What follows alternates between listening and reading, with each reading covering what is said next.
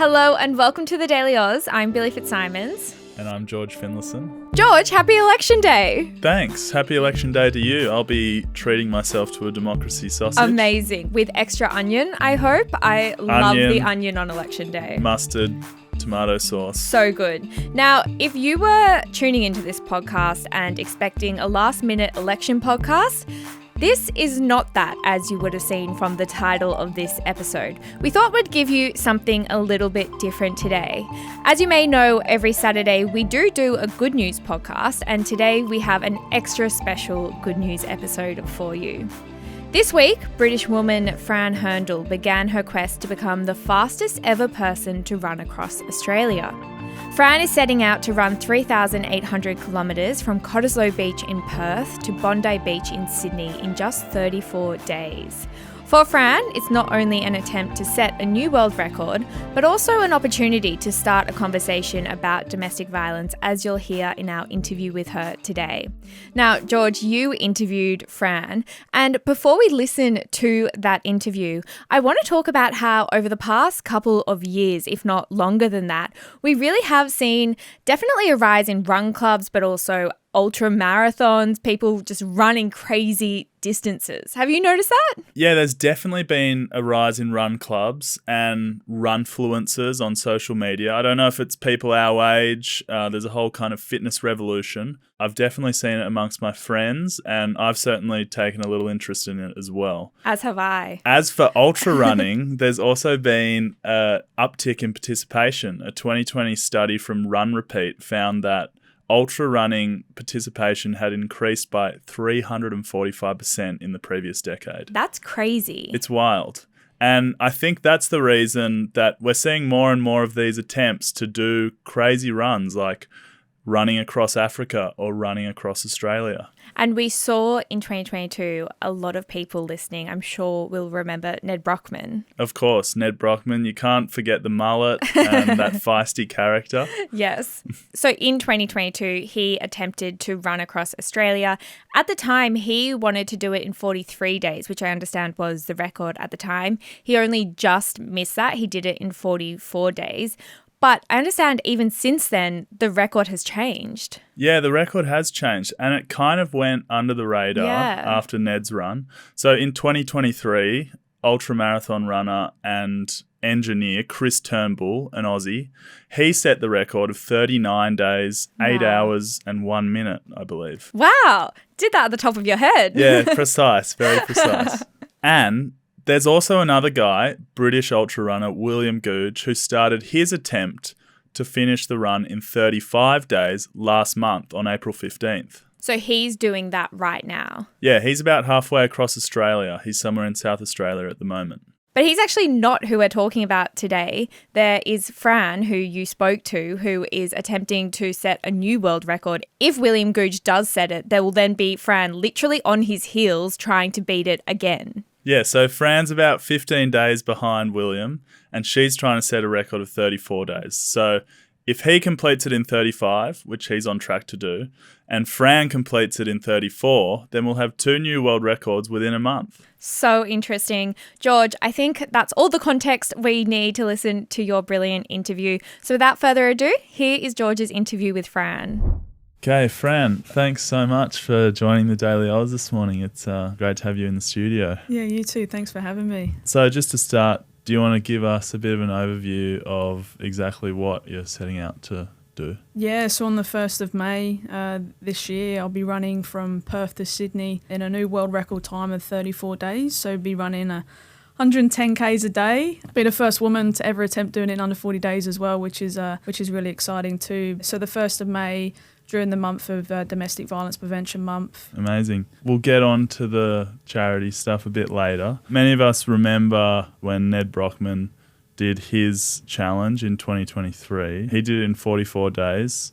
You're wanting to do it in 34, so 10 days quicker. How did you choose the goal of 34 days? Yeah, so back in 2023, I dribbled a soccer ball from the Gold Coast to Sydney to raise awareness for women in sport. When you do something like that, it becomes quite addictive, I suppose. And I've always had my eyes, obviously, on Perth to Sydney, and I think the thing that's intrigued me the most is that a woman's never attempted to do it before in under 40 days. So that was the one thing that sort of drew me towards, doing that run and, to just push myself sort of past my comfort zone. So in terms of the record, the current record is 38 days. In theory, you could have targeted something a little less ambitious and you would have still beaten the record. What's the significance of the number 34, I guess? Yeah, and I mean, obviously the female record, I think it's around 79 days. So again, like you said, I could have taken a less challenging way out. But I really just want to be able to start a conversation about domestic violence. Obviously, I feel like Australia, it's a bit of a crisis at the moment, the amount of people dying and the amount of people suffering from domestic violence. And I just thought, I want to just put myself out there enough to start the conversation and get the awareness that it needs to be able to get help to those who need it. So that's the most important thing for me, is getting help. In terms of the physical preparation, you're 3 weeks out. What does your training look like at the moment? Yeah, so I mean, I've been training the last 9 months. Obviously, looking after my body is the most important thing, and obviously keeping me free of injuries is the most important thing. So it's just been a sort of gradual process that I've been working with my team and my running coach, Greg, just to sort of keep me free of injuries and just obviously getting me through the last 9 months. And sort of before Christmas was like running daily, just sort of getting that body used to just being on its feet. After Christmas it was more sort of running twice a day, but been running about 6 days a week for the last 9 months with 2 strength and conditioning days. But yeah, the most important thing has just been keeping me injury free. Obviously had niggles here and there, like we're only human, right? It's just going to be a completely different ball game when I'm on the road. Obviously, this is something that you can't physically prepare for, right? Otherwise, I'd be running 770 Ks a week, which is just nuts. But I've always said that I'm really confident in my team. I'm really confident in my ability to just get out on the road and just hit the ground running and not be too naive that I think this is going to be a breeze, because it's not. I know that I'm going to struggle. I know it's going to be hard. But I think the mindset I have is that me running 110 Ks for 34 days is nothing compared to being in a domestic violence relationship. What do you expect a day on the road to look like? Yeah, so obviously I've got a team of 4 people on the road. My partner Nat, who's head of logistics, sports chiro, a videographer coming on the road to capture, the good bits and the bad bits too. But yeah, look, I did 110 Ks about 2 weeks ago, and all up with breaks, it was about 15 hours. So I've always been quite comfortable with not being the fastest runner, and I don't think this is about setting PBs. For me, it's just about going the distance, and I always like to say running distance and breaking the silence around domestic violence. So I'm probably looking at least all up with breaks around 16 hours a day. I've been working with a guy called Rob Mason who's been helping my mindset, and it's about just taking it in small chunks, right? I just think, okay, well, that's 11 10Ks. Just do 10Ks, okay, then do another 10Ks. And that's how I like to break it up. Otherwise, you look at 110 Ks and you go, holy smokes, that's so long. In that 110K practice run, did you go to a dark place mentally? Yeah, so my brick wall was at around 60 Ks, and I remember at 60 Ks I sort of dropped down to a bit of a walk, and I was sort of muttering to myself, like, just keep going, like, it's all right. And my partner was like, who are you talking to? I'm like, I'm talking to myself. And again, I think it's just narrating your ego and your self-talk to yourself and that little voice inside of you. So I did go to somewhat of a dark place, but I don't think it's nowhere near compared to what I'll be going through on the road. I don't think I really know what's coming. Do you have like a mantra or a set of words that you think you'll come back to in those kind of dark times? Yeah, I've got some really weird things that I do. I've got quite an active brain. I've got an ADHD brain, right? So it serves me in a way that I can sort of hyper-focus, I suppose. I like to play games, I suppose, is one thing that works with my head, like 3 things I can see, smell and hear. So just sort of take my mind off of what I'm physically doing. You know, running the straights and walking the bends, like just to keep my mind active. Staying present in the moment, I think, is quite an important thing as well, and just allow my body to feel what it feels, and not try and sort of bottle up any of that, and just let the emotions flow, right? Hi, I'm Zara. I'm the co-founder of the Daily Aus, and we started this company because we think news can be done differently. If you agree, you can hit subscribe. It's the best way to help us grow. Now, back to the video. There's another person, William Googe. I don't know if you've heard of him. He's going to attempt to become the fastest runner across Australia starting on April 15th, and he wants to do it in 35 days.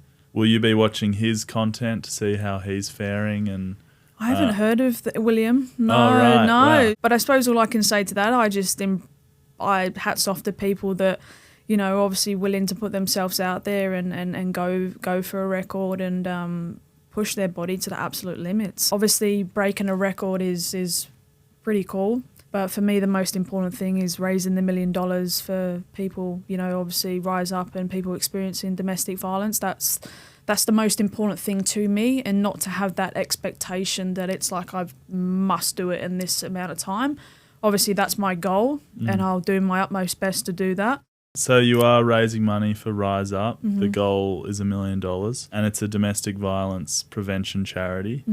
Why have you chosen this specific charity and cause? In 2024, I found out my sister had been suffering in a domestic violence relationship over in the UK, all while trying to raise a child. And we had no idea how to navigate it or reach out and speak up about it as a family, because it's something that we've never really been exposed to as a family. And my sister left in the middle of the night and went back to my mum's house. Now, Rise Up Australia are an amazing charity. They take people that are experiencing domestic violence from refuge into housing and completely set them up with a fresh start. Now, I'm talking like everything, food, beds, like you name it, they'll put it in the house for them.